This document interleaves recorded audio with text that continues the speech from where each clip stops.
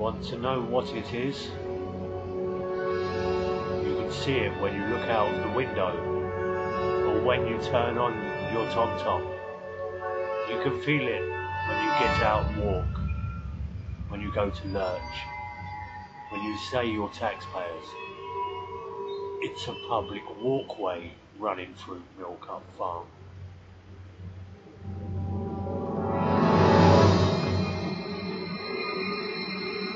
But on a serious note, guys, this place that is known as Milkup Bank Farm has been under attack by bailiffs, security, police, trying to take over this bit of land. For what reason? We're unsure. There's a public walkway running right the way through it, and security have stopped people walking down it, but now it seems to be open. We're unsure. But this place, Rainbow Ark Animal Sanctuary, has been run for a number of years by a lady called Paula Campbell, who I'm going to interview and put up the full interview right now.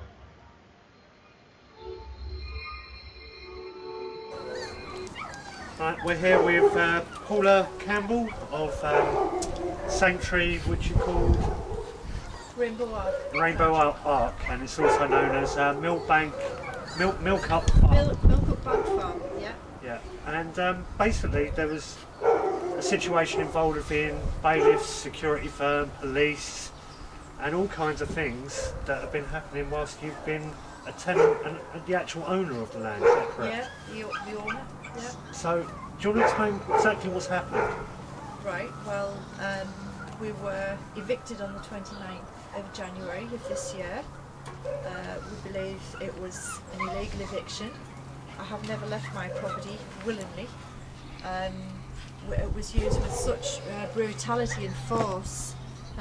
The whole family was subjected to nothing short of the most traumatic day in our lives, perpetrated by court staff, police, and private security firm which was instructed on behalf of Redstone Mortgages. There was just so many people there, vehicles, anyway I was stripped of every right, every human right, as was my family, and I was subjected to I was taken away in an ambulance under the threat of, if I didn't leave, I would be sectioned. So I had little choice, and obviously when I managed to come back, they had taken everything and we were out in the streets. It was, I don't want this to happen to anybody else ever again. That's what it basically is as well. It's not just about us anymore, it's about everybody who's either standing or sitting idly by and watching things happen and not standing up and at least trying to prevent this. So this is a place that you've lived for many years, yeah. And the point that it's got to now is it's gone through courts, there's been decisions made in court, the stage it's at right now is under an appeal, where you're a tenant in the property. But this is what's confused me highly. I heard about this last week. Whilst you regained possession of the property, you've gone back in there to get stuff, you're back in, you said, right, it's my property. Where it's a civil dispute, they've got to go off and go back to the court and get another court order to get you out, is my understanding. Now, they've been hanging about day and night with security, dogs, fires, and all kinds of things, tactics, slander campaigns and everything is what I'm seeing personally online. That took me to the point of going up to the farm and using the public right of way that walks all the way through the farm to find out for myself that you've got security there with dogs barking at people, telling people that they can't use a public right of way, which makes me want to think, why have they got such a vested interest in this piece of land?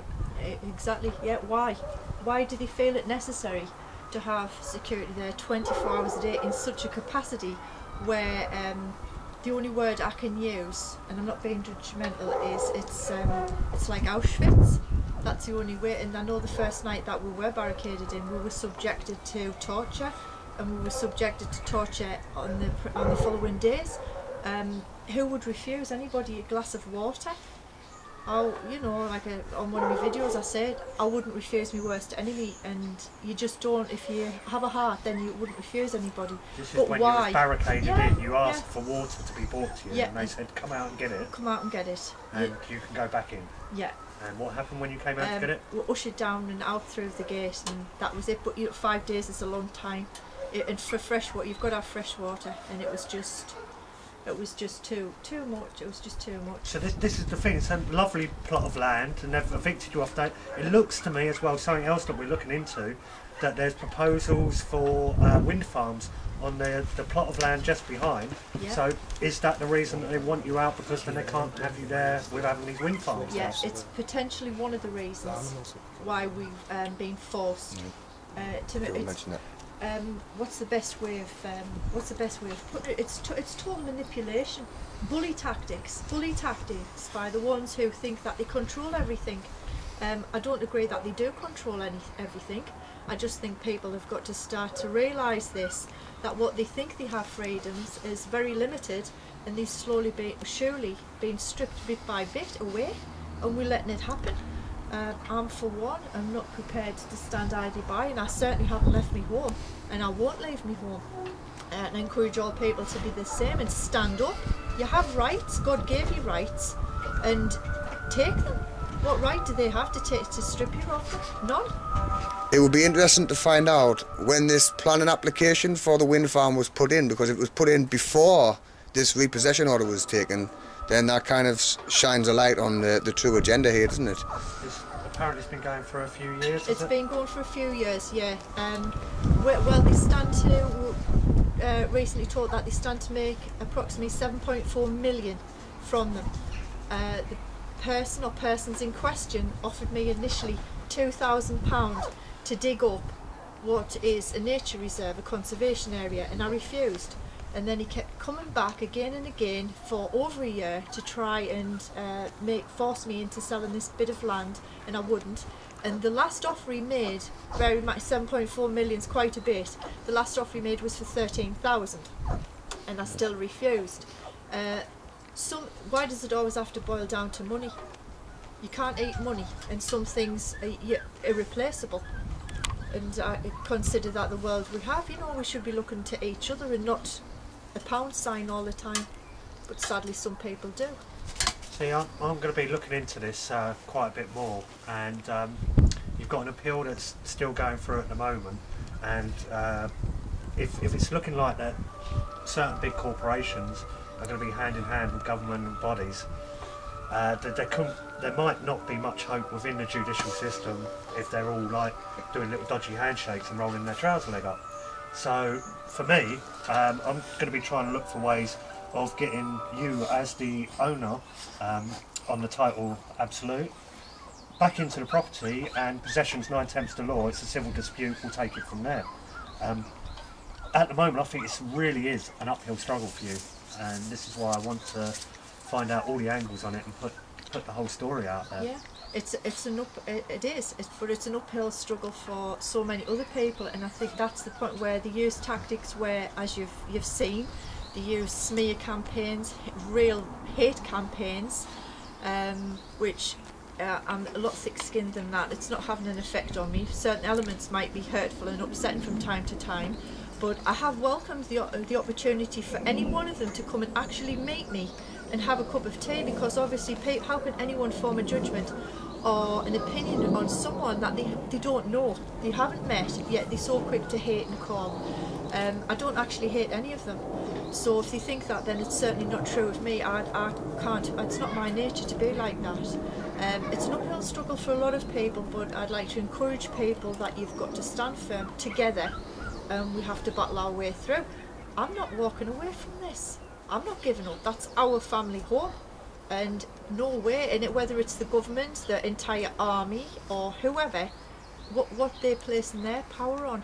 They're just placing the power on that of that paper stuff again, isn't it? It all boils down to money. And I think when you have people who stand shoulder to shoulder, and they do that because they care about each other, I think that's when we stand stronger than they ever will, because theirs is based on money and not on caring for each other. That's That's it. I ain't what. No. We have to be tough. And we have to stand firm on this. Together we stand, divided we fall. Yeah. Innit? The Romans knew this. Divide and conquer. Keep us divided and we don't stand a chance. Together, they don't stand a chance. Well, the thing is, you know, we're going about the 1%, don't we? We're going about the 1%. Well, how many people are so downtrodden now and they feel that, oh, what can we do? What can we possibly do? Because they're the powers that are controlling everything. Why are the powers controlling everything? Because we've put them into those positions. Yeah, why have we put them into those positions to take care of the people? Are they doing the job? No, they're not.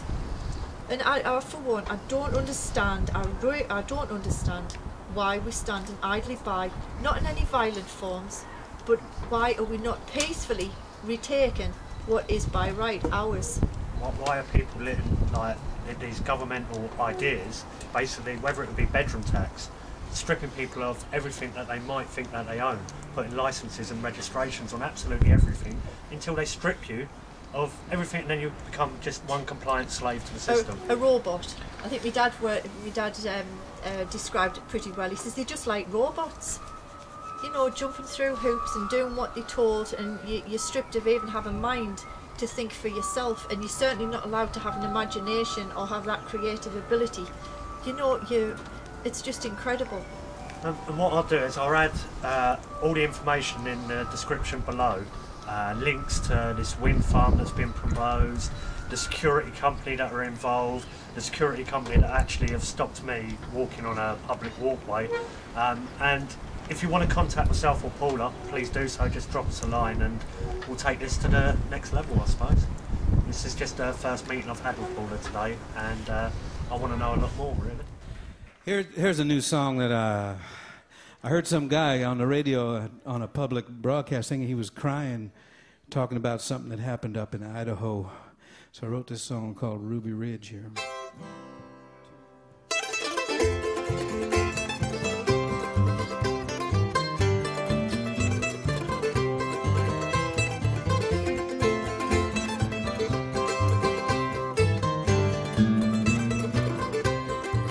I'll tell you a story not long ago, high on a mountain in Idaho.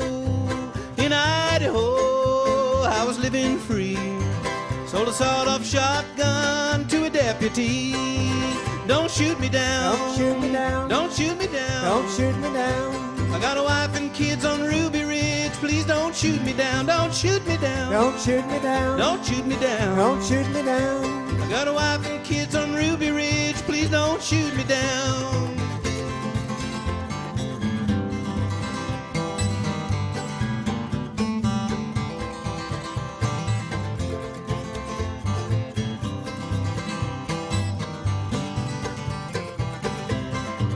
They killed my good dog, they killed my boy, my only son, my pride and joy.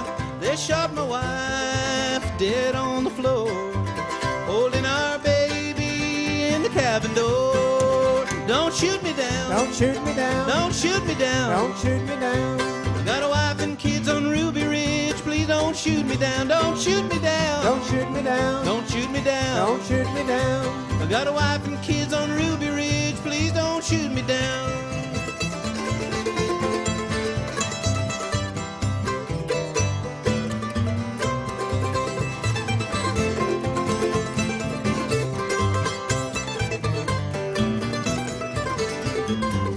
If you take an ocean and you want to go, build you a cabin in Idaho.